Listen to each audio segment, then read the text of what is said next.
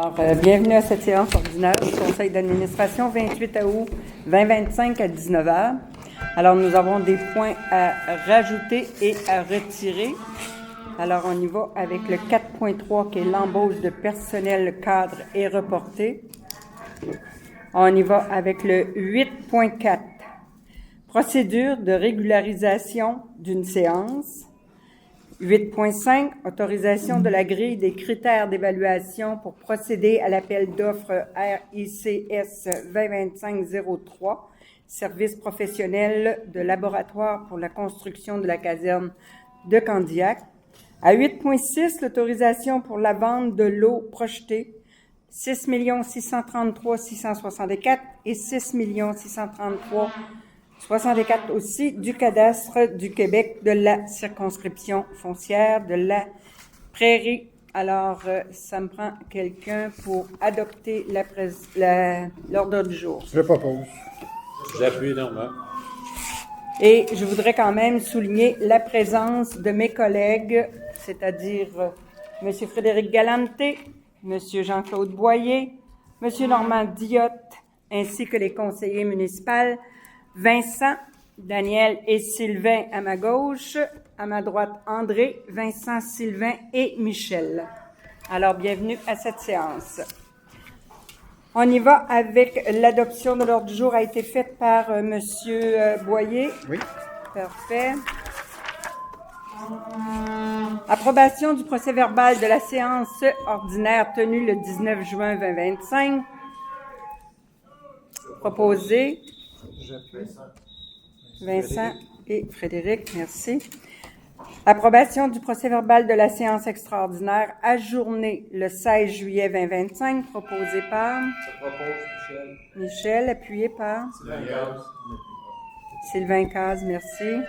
Approbation du procès-verbal de la reprise de la séance extraordinaire tenue le 18 juillet 2025, proposé par Daniel, appuyé par Michel. André, merci. Fin d'une période de probation d'un employé col blanc, considérant que par la résolution 2024-12-162, Madame France Bossé a été embauchée à la fonction d'adjointe administrative à temps plein lors de la séance ordinaire tenue le 12 décembre 2024 pour un début d'emploi le 20 janvier 2025, considérant que cette embauche était assujettie à une période d'essai équivalente à 845 heures travaillées à compter de son premier jour en fonction. Considérant que Mme Bossé s'est acquittée de ses tâches à la satisfaction de son supérieur et qu'une évaluation de son rendement a été complétée à cet effet. Alors, il est proposé que le conseil d'administration confirme la fin de période d'essai de Mme France Bossé, proposée par Je propose Frédéric. Appui. Sylvain, merci. Fin d'emploi pour le personnel cadre, considérant les lettres de démission des employés numéros 1380 et 1394, que le conseil d'administration met fin au lien d'emploi avec les employés numérotés rétroactivement à leur dernier jour de travail. Proposé par Je propose. Jean-Claude. Pardon? Vincent. Vincent, merci. Embauche de personnel cadre. C'est reporté. C'est reporté. Fin d'une période d'essai. Alors, considérant que la résolution 2025-02-21, M. Patrick Miron a été nommé à la fonction de directeur à temps plein lors de la séance ordinaire du 20 février 2025, effective en date du 1er février 2025, considérant que cette nomination était assujettie à une période d'essai équivalente à 6 mois travaillés à titre de directeur à compter de son premier jour en fonction. Considérant que ce dernier a répondu aux critères de performance et à la satisfaction des membres du conseil d'administration, alors il est résolu que le conseil d'administration confirme la fin de période d'essai de M. Patrick Miron et l'officialise à titre de directeur de la régie. Proposé par Daniel, appuyé par Sylvain Caz. Sylvain, merci. Entente intermunicipale d'entraide relative aux équipes d'intervention spécialisées du service de protection et d'intervention d'urgence de la ville de Sorel-Tracy. Considérant que la Régie a autorisé par la résolution 1801-2023, adoptée le 16 février 2023, la signature de l'entente intermunicipale d'entraide relative aux équipes d'intervention spécialisées du service de protection et d'intervention d'urgence de la ville de Sorel-Tracy. Considérant que la ville de Sorel-Tracy a autorisé la signature de cette entente le 6 février 2023, dont la prise d'effet était rétroactive au 1er janvier 2023. Considérant que la dite entente se renouvelle automatiquement par période successive de 1 an et ou à moins qu'une partie avise l'autre de son intention d'y mettre fin, et ce, au moins 3 mois d'avance avant l'expiration du terme initial ou de toute période de renouvellement. Considérant l'ajout de la ville de La Prairie à la Régie rétroactivement au 1er janvier 2025, considérant que la ville de Sorel-Tracy a avisé la Régie de son intention de dénoncer l'entente afin de la négocier, alors il s'agit de proposer que le conseil d'administration autorise le directeur d'informer par écrit la ville de Sorel-Tracy que la Régie mettra fin à l'entente intermunicipale d'entraide relative aux équipements intervention spécialisés du service de protection et d'intervention d'urgence de la ville de Sorel-Tracy le 31 décembre 2025, comme prévu par l'article 17 de cette entente. Que le conseil d'administration mandate le directeur à sonder le marché et à négocier une nouvelle entente de services spécialisés avec les matières dangereuses, et que le directeur transmette un préavis écrit au service juridique et greffe de la ville de Sorel-Tracy au plus tard le 30 septembre 2025. Proposé par Normand, appuyé Michel, merci. Alors, il s'agit du dépôt de la liste des salaires et des paiements des mois de juin et juillet. La liste des salaires au montant de 854 298,83 selon la liste déposée et date du 18 août 2025, couvrant la période du 26 mai au 3 août 2025. La liste des paiements du 1er au 30 juin au montant de 56 017,51. La liste des paiements du 1er au 31 juillet au montant total de 894 995,56. Alors, ça me prend un proposeur et un appuyeur. C'est un dépôt. C'est un dépôt. Ah, pardon, c'est vrai. Je propose le dépôt. C'est parfait. Alors, les signataires, on y va avec le signataire des documents bancaires de la Régie incendie de l'Alliance des grandes seigneuries. Considérant que les documents bancaires de la Régie sont signés par 2 personnes, une de la liste des administrateurs, Mme Justine Bates, ou M. Jean-Claude Boyer, ou M. Normand Diotte, ou M. Frédéric Galante, et une de la liste de la direction, soit M. Patrick Miron. Considérant que le poste de secrétaire trésorier est actuellement vacant, considérant qu'il est pertinent et nécessaire d'ajouter une signature à la liste des signataires autorisés pour la direction, et ce, afin d'assurer un suivi durant les périodes de vacances ou absence du directeur, alors que Mme Patricia Traversy, chef de division administration, soit désignée et autorisée à signer les documents bancaires de la Régie incendie de l'Alliance des grandes seigneuries, proposé par Vincent et Jean-Claude, merci. Annulation de l'appel d'offres RICS 2025-04, raccordement des casernes fibre optique. Considérant que la Régie a procédé à l'appel d'offres public numéro RICS 2025-04 concernant le raccordement des casernes pour la fibre optique en date du 12 juin 2025, considérant que l'ouverture des soumissions a été réalisée le 14 août 2025 et qu'un seul soumissionnaire conforme a déposé la soumission suivante. Teltec Télécommunications incorporée au coût de 302 741,03 taxes incluses, sans l'option supplémentaire évaluée à 24 981,52. Considérant que l'estimation réalisée par le professionnel au dossier a été évalué à 189 197,11 toutes taxes incluses. Alors, considérant qu'en vertu de l'article 1-1703, la Régie s'est réservé le droit de n'accepter aucune des soumissions reçues. Considérant un écart de 60% constaté entre le prix soumis et l'estimation du professionnel justifie l'annulation de cet appel d'offres et une réévaluation du projet. Alors, proposé par André, appuyé. Jean-Michel? Daniel, merci. Jean-Michel, il n'est pas là. On peut l'appeler, par exemple. Il est trop tard. Il pense à nous autres. Je pense qu'il n'est même pas là. Procédure. Alors, on y va avec les points qui ont été rajoutés. Procédure de régularisation d'une séance. Considérant l'irrégularité constatée lors de la séance extraordinaire du 18 juillet 2025 en lien avec le nombre de conseillers municipaux siégeant pour la ville de Saint-Constant, alors il s'agit d'adopter les résolutions pour régulariser la situation et c'est proposé par Michel, appuyé par Vincent. Merci. Merci, Jean-Michel. Autorisation de la grille des critères d'évaluation et pour procéder à l'appel d'offres public RICS 2025-03, service professionnel de laboratoire pour la construction de la caserne à Candiac. Si jamais vous m'entendez pas, vous me le direz. Hein? Ça va. Je peux me lever debout puis aller sur la chaise. Je vais être plus fort que autres. Oui.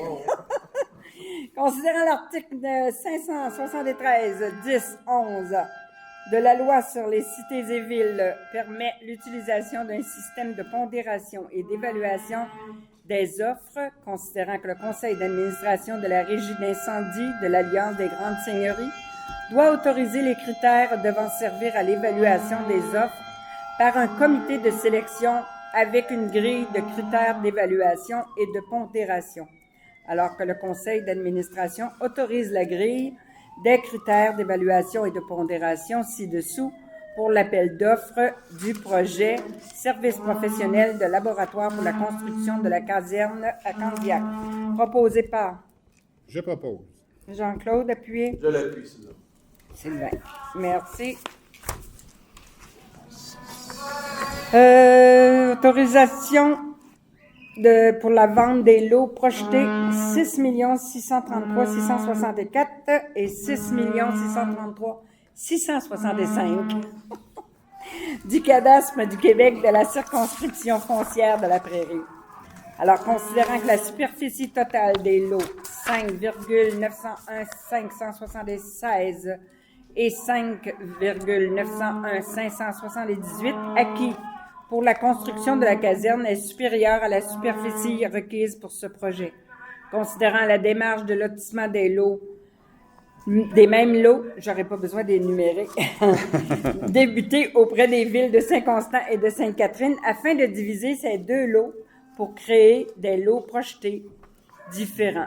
Considérant que la Régie planifie la construction d'une caserne incendie sur les lots projetés, considérant que la Régie désire procéder à la vente de ces lots sur invitation, considérant que la valeur des lots projetés est supérieure à 10 000 $ et dans ce cas, le directeur doit obtenir l'autorisation du conseil d'administration avant de les vendre, considérant que la Régie doit planifier le paiement des frais de parc reliés à la démarche de lotissement, équivalent à 10 % de la valeur des lots évalués, alors que le conseil d'administration autorise la vente des lots projetés du cadastre et que les frais de parc applicables à la démarche de lotissement soient payés à même le produit de la vente des lots projetés sur la route 132, que le produit net de la vente sera affecté au bénéfice des villes de Saint-Constant et de Sainte-Catherine et de Candiac selon leur quote-part. Proposé par Je propose. Frédéric, appuyé. Michel. Michel, parfait. On est rendu à la période de questions. Oui, exact. Allez-y, monsieur. Juste vous nommer puis dire quelle ville. Là, comme ça. Sainte-Catherine. Monsieur Éric Boudreau. J'aurais aimé savoir s'il y avait des misères dans la période, mais c'était loin, sur le récipiendaire, la magasin, Pour de Candiac, vous parlez? OK. Est-ce que t'es Le que... processus est toujours en cours, malheureusement, il manque certaines années, on pourrait dire gouvernementales. Le processus est en cours. je ne peux pas savoir qui était choisi. Non, pour l'instant, étant donné que la sélection, le processus n'est pas terminé, nous avons la participation. C'est beau? Ça répond? Ah ben, c'est la réponse. Vous auriez aimé mieux une autre réponse? Vous auriez aimé une autre réponse, on a la même, malheureusement. Juste vous rassurer, on n'est même pas plus au courant, nous non plus, du processus. Nous aussi, Parfait. on a la même question. Oui, on a la même question que vous, en fait. On a la même réponse aussi. On a beau. la même réponse Ouais, aussi. c'est ça. Alors, on y va avec les questions de Monsieur Vachon. D'accord. Alors, le début des questions de Monsieur Vachon. Suite à l'incendie évitable d'un bâtiment abandonné survenu sur le territoire de la ville de Sainte-Catherine en date du dimanche 20 juillet 2025, comment se fait-il que la RIAG néglige encore de surveiller les bâtiments abandonnés comme le motel du 250 route 132 qui est actuellement encore défoncé? Alors, la réponse: des suivis sont déjà effectués par la prévention incendie auprès des propriétaires du bâtiment vacant pour assurer le placardage et la sécurité des lieux. Il n'y a pas de négligence de la part de la Régie. Deuxième question. L'intervention du 20 juillet a coûté combien aux contribuables des 4 municipalités? La Régie ne tient pas de liste pour les coûts reliés à chaque intervention d'incendie. Troisième question. Comment se fait-il que l'administrateur substitut de la ville de Saint-Constant, André Camiran, a pris part au processus décisionnel de la séance extraordinaire du CA de la RIAG tenue en date du 18 juillet 2025 en proposant et appuyant certains points de décision alors que les 3 administrateurs délégués de la ville de Saint-Constant, Jean-Claude Boyer, Chantal Boudria et Sylvain Caise, siégeaient déjà? La réponse: la situation a été régularisée ce soir. C'est une erreur, c'est tout. C'est juste une erreur, voilà. Quatrième question. Est-il possible pour les cadres de préventionnisme qui se déplacent en véhicule de fonction de se partager la surveillance des édifices abandonnés sur le territoire qu'ils desservent? Des rondes de surveillance sont déjà effectuées par les équipes de la Régie. Cinquième question. Pourquoi la Régie conclut une entente intermunicipale d'entraide relative aux équipes d'intervention spécialisées du service de protection et d'intervention d'urgence de la ville de Sorel-Tracy alors que la CMM dispose de services incendie aussi équipés, qualifiés et moins éloignés? La Régie a conclu une entente avec la ville de Sorel-Tracy car les frais sont beaucoup plus abordables qu'avec la ville de Montréal par contre. La résolution vise à effectuer une révision qui sera apportée à cette entente. Question 6. Est-ce que la RIAG manque d'équipement d'intervention ou de ressources au point de demander pour un seul incendie sur la rue Cherbourg l'aide des pompiers de Longueuil, Châteauguay, Chambly et Saint-Jean-sur-Richelieu, en plus des collègues de Napierville et Sheridan qui ont assuré la couverture de territoire durant l'intervention? L'intervention sur la rue Cherbourg a nécessité beaucoup de ressources, car plusieurs unités de logement étaient touchées et que l'évacuation de plus d'une centaine de personnes était nécessaire. Et ce, par temps de canicule, les opérations en place ont requis les forces qui étaient nécessaires pour faire face à la situation. L'intervention de la rue Cherbourg a coûté combien aux contribuables des 4 municipalités? Comme je l'ai dit tout à l'heure, la Régie ne tient pas de liste pour les coûts reliés à chaque intervention d'incendie. Et une vie n'a pas de prix. Voilà ce qui met fin à la période de questions ce soir. Alors, la levée de la séance, plus vite possible, étant donné qu'on ne s'entend plus. Oui, je la propose. Jean-Claude appuyé. Vincent, merci beaucoup. Merci beaucoup. Merci.